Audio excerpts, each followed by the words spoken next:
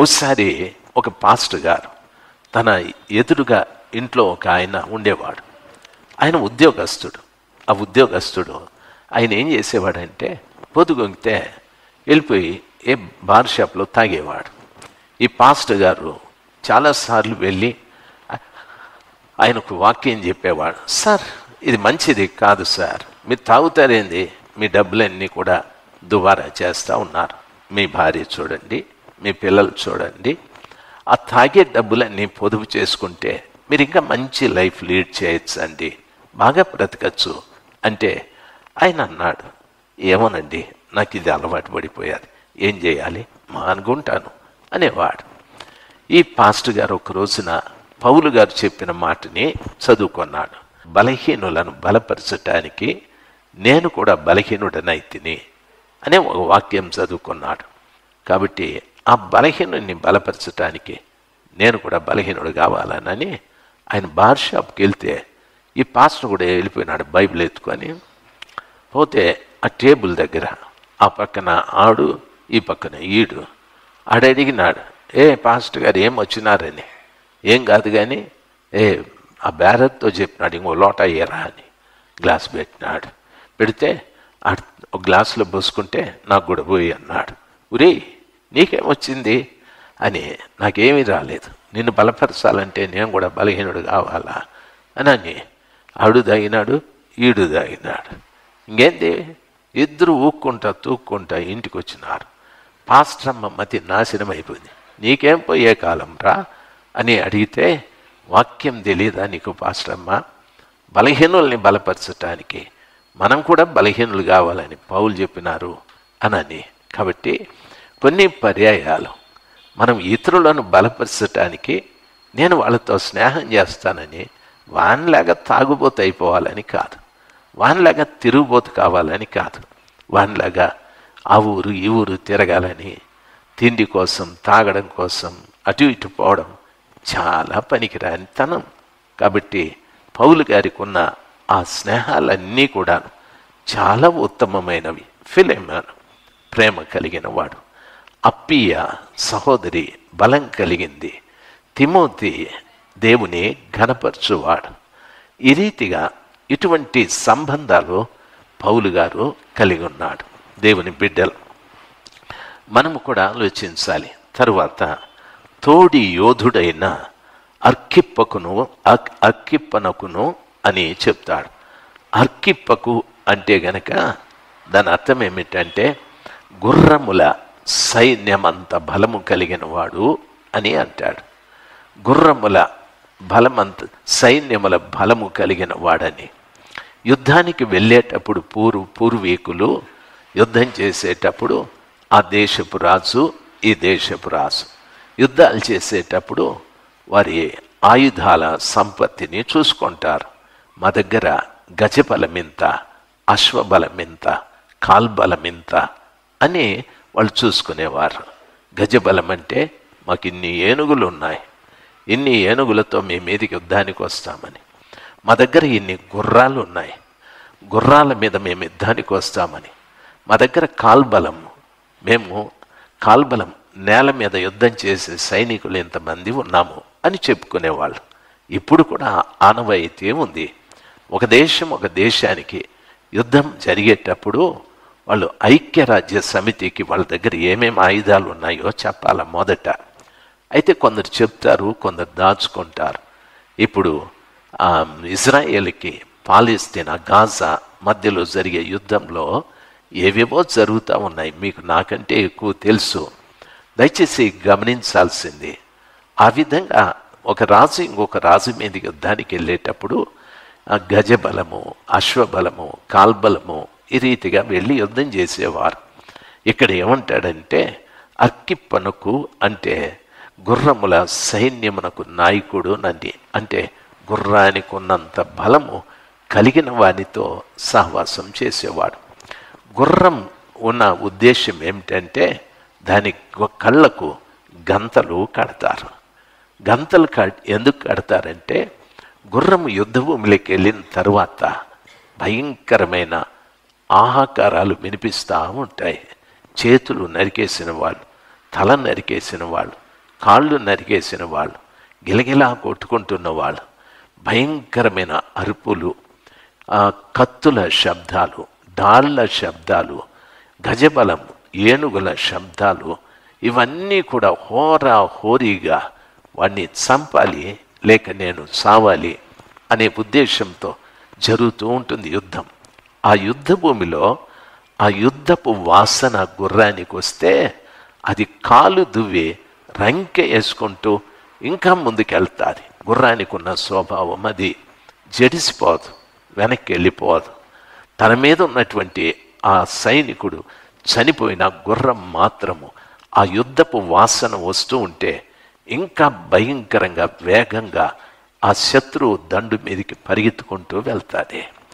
పౌలు గారు ఏమంటాడంటే, నాకు అర్కిప్పనకును అని అంటాడు. గుర్రముల సైన్యమంత బలము కలిగిన వాడాయన అంటే దాని అర్థం సువార్త ప్రకటించే విషయంలో ఎన్ని శ్రమలు తనకు వచ్చినా, ఎన్ని ఇబ్బందులు వచ్చినా, ఎన్ని నష్టాలు వచ్చినా, ఆ కష్టాలు, శ్రమలు, నష్టాలు, పేదరికం, ఈ వాసన నాకు తగిలే కొద్దీ ఆ వ్యక్తి ఇంకా ముందుకి సువార్త ప్రకటించడానికి, ఇంకా బలంగా సువార్త ప్రకటించడానికి వెళతాడాయనా అని చెప్తూ ఉన్నాడు. ఒక విశ్వాసి లోకంలో జరిగే కష్టాల్ని చూడకూడదు. అందుకే పౌలు గారు అంటారు, నేను గురి వద్దకు పరిగెత్తుకుంటూ వెళ్తున్నాను, నా విశ్వాసాన్ని కాపాడుకుంటాను. నేను గురి వద్దకు పరిగెత్తుకుంటూ వెళ్తున్నాను, నేను నా విశ్వాసాన్ని కాపాడుకుంటూ వెళ్తున్నాను. నాకు గురి వద్దకు వెడితే నాకు జీవ కిరీటాన్ని దేవుడిస్తాడు. అంటే పౌలు గారు ఎన్నో సంపదతో కూడిన, సుఖంతో కూడిన జీవితాల్ని పెంటగా ఎంచుకున్నాడు. ఆయన సన్హెద్రేను సంఘంలో సభ్యత్వం కలిగిన వాడు, ఆయన గమలియేలు పాదాల దగ్గర విద్యను అభ్యసించిన వాడు. అగ్రిప్పరాజు అక్కడే చదువుకున్నాడు. అగ్రిప్పరాజు తాను ఇద్దరు క్లాస్మేట్స్, బ్యాచ్మేట్స్ అంటారు కదా, అట్లా కలిసి చదువుకున్నారు. అంత పెద్ద స్థితిలో విద్యని అభ్యసించిన వాడు. ఆయన యూదుడు, ధర్మశాస్త్రమందు ప్రావీణ్యత కలిగినటువంటి వాడు. ధర్మశాస్త్ర సంబంధమైన కార్యములన్నీ క్షుణ్ణంగా పాటించేవాడు. సున్నతి కార్యక్రమాన్ని ఆచరించేవాడు. తండ్రుల కాలము నుండి మంచి సంపద కలిగిన వారు. వాళ్ళ తండ్రి మంచి వ్యాపారవేత్త. ఈ రీతిగా పౌలు గారి ఎక్కడ కూడా ఏ విషయంలో బలహీనుడు కాదు. అన్ని విషయాల్లో సంపద కలిగినటువంటి వాడు. అయితే అన్నింటినీ ప్రభువు కొరకు పెంటగా ఎంచుకొని ఆయన ఉన్న స్థితిలో ఆయన ఎట్లా పరిచర్య చేసేవాడంటే దాన్ని సెల్ఫ్ సపోర్ట్ మినిస్ట్రీ అంటారు. తానే కష్టపడి డేరాలు కుట్టి అమ్మి వచ్చిన సొమ్ముతో ఇంటి అద్దె తాను తినడం, తన పరిచర్యకు వాడుకోవడం, ఇలాగా ఒక మంచి పరిచర్య ఆయన చేయడం ప్రారంభించాడు.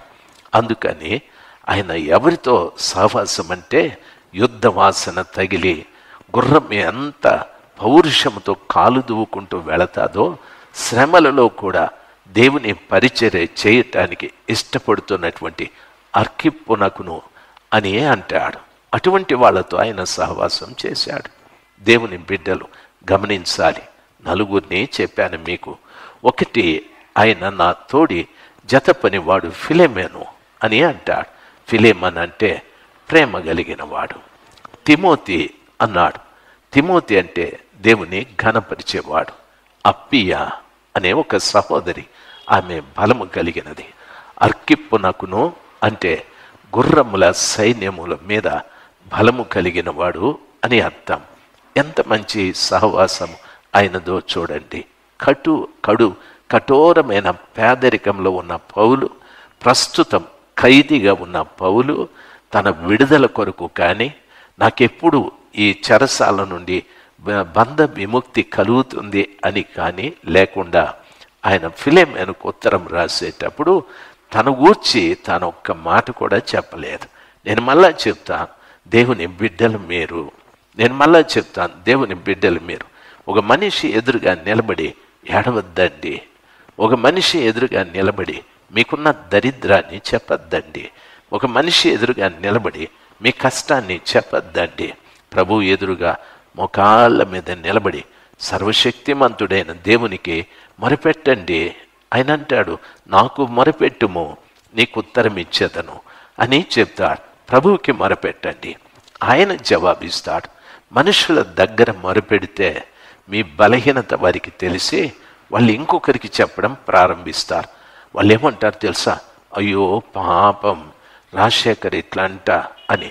దాన్ని ఏమంటారంటే సింపతి అడ్వర్టైజ్మెంట్ అంటారు. దయతో నన్ను దరిద్రంగా అందరికీ చెప్పేస్తారు. దయచేసి గమనించాల్సింది ఆ రీతిగా కాదు. మనం ఎప్పుడు కూడా ఎవరికి చెప్పుకోవాలి మన కష్టము? హల్లెలూయా. ఎవరికి చెప్పుకోవాలి? యేసయ్యకి చెప్పుకోవాలి. ఆ కృపగల దేవునికి చెప్పుకొని మన సమస్య అంతా మహిమగల దేవునికి చెప్పుకుంటూ ఉంటే ప్రభు చాలా మంచోడు. ఆయనకి ఎందుకు చెప్పాలి? ఆయన మన కొరకు ప్రాణం పెట్టిన దేవుడు. అవునంటారా కాదంటారా? అవునంటారా కాదంటారా? అవును. బాగా గమనించాల్సింది. ఒకసారి ఒక కథ నేను విన్నాను. ఏం విన్నానంటే, ఒక ఇల్లు పాక, ఆ పాకలో ఒక తల్లి బిడ్డ ఉండేవారు. పాకకి నిప్పు అంటుకునేసింది. ఆ తల్లి పారిపోవచ్చు ఇంట్లో నుండి. అయితే ఉయ్యాల్లో ఉన్న బిడ్డని చూసి తల్లి ఏం చేసిందంటే వెళ్ళి బిడ్డని తన కౌగుల్లోకి తీసుకునేటప్పటికీ గుమ్మం దగ్గర కూడా నిప్పు కాలి పడిపోయింది. అట్లా బయట పోయేదానికి అవకాశాలు లేవు. ఆ బిడ్డని అట్లే కౌగిలించుకొని చచ్చిపోయాది. సరే, కౌగిలించుకొని అట్లా పడిపోయాది. వారు వీరు వచ్చి అందరూ ఆ నిప్పు ఆర్పి వాళ్ళని బయటికి తీశారు. ముఖమంతా కాలిపోయింది, చేతులన్నీ కాలిపోయాయి. దయచేసి అప్పుడు కొంతమంది అడిగారు, అప్పుడప్పుడు ఎందుకు ముఖం నీకింత వికారంగా అయిపోయాది అని అడిగినప్పుడు, ఆ బిడ్డని అడిగినప్పుడు ఆ బిడ్డ చెప్పేవాడంట, నా తల్లి నన్ను బ్రతికించటానికి ఆమెకు కలిగిన గాయాలు ఇవి. మా ఇల్లు నిప్పుతో అంటుకుంది, మా తల్లి నన్ను బతికించటానికి ఉయ్యల్లో నేనున్నాను. నాకు నిప్పు అంటుకుందని తెలియదు. ఉయ్యల్లో నేనున్నాను. వేడి, చలి, కాలడం, ఆరిపోవడం ఇటువంటి జ్ఞానం నాకు లేదు. అటువంటి పసితనంలో ఉన్న నన్ను బ్రతికించటానికి నా తల్లి నన్ను ఉయ్యల్లో నుండి తీసేటప్పటికీ ఇల్లంతా కింద పడిపోయాది, ఖాళీ. అప్పుడు గ్రామస్తులు వచ్చి ఆర్పారు అని చెప్పి తన తల్లిని గట్టిగా హత్తుకొని ఏడ్చేవాడంట. ఎవరైనా ఎందుకు ఈ తల్లి ఇట్లా అయింది అంటే దయచేసి గమనించాలి. ఆ విధంగా తల్లి తన పట్ల చేసిన గొప్ప త్యాగాన్ని జ్ఞాపకం చేసుకొని ఏడ్చేవాడు. అయితే మనం నమ్ముకున్న యేసయ్య మనం ఒక్కసారి నేనెవరు అని ఆలోచించుకుందాం. నన్ను అడిగితే నేను చెప్తాను, నా ఎంత దరిద్రుడు లేడు, నా ఎంత చెడ్డోడు లేడు, నా ఎంత పాపి లేడు. అటువంటి నన్ను దేవుడు ప్రేమించి నా కొరకు ప్రాణం పెట్టాడు. నా కొరకు సిలువలో రక్తాన్ని కార్చాడు. నా కొరకు ఆయన ప్రాణం పెట్టాడు. ఆయన అంత గొప్ప దేవుడు. నా కొరకు ప్రాణం పెట్టిన ఆయన నా కొరకు ఇంకేమైనా చేయగలడు ఆయన? అందుకనే ఆయన అంటాడు, నాకు మొరపెట్టుము, నేను నీకు ఉత్తరం ఇచ్చేదను. నాకు మొరపెట్టు. దేవుని బిడ్డలుగా ఆయనకే మొరపెట్టాలి. నా కొరకు ప్రాణం పెట్టిన ఆయన నా కోసం ఏమైనా చేయగలడు. అది నా తీర్మానం, నా ఆశ. నా కోసమే కాదు, నా బిడ్డల కోసం కూడా ఏమైనా చేయగలడు. అయితే నేను ఆయనకు మొరపెట్టాలి. నేను మొరపెట్టేటప్పుడు నా మొర ఆయన వినున్నట్టుగా నేను ఉండాలి. ఆయన నా మొర వినాలంటే ఆయనకు తగినట్టుగా నేను ఉండాలి.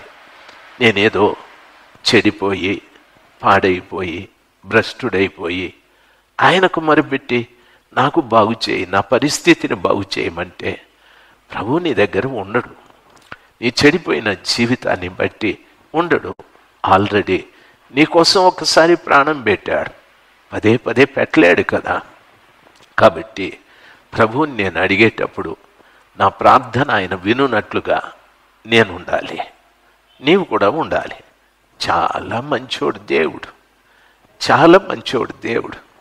మీరు అంటూ ఉంటారు, నా భార్య చాలా మంచిదని. ఆమె కంటే మంచివాడు. మీరు అంటూ ఉంటారు, నా భర్త చాలా మంచివాడని. ఆయన కంటే మంచివాడు. మీరు అంటూ ఉంటారు, మా తల్లి అంత మంచిది ఎవరు లేరు, మా తండ్రి అంత మంచిది ఎవడు లేడని. వారికంటే మంచివాడు ఆయన. ఆయన మంచితనాన్ని వర్ణించటానికి ప్రపంచంలో ఏ మనిషికి మాటలు లేవు, ఏ మనిషికి భాష లేదు. అంత మంచివాడు ఆయన. ఆ మంచి దేవుని పాదాల చెంత మనము వచ్చాము. కాబట్టి ఆయనకు తగినట్టుగా జీవిస్తూ ఆయనకు మనం మొరపెడితే ప్రతి మొరని ఆలకించి మనకు ఆయన ప్రత్యుత్తరం ఇస్తాడు.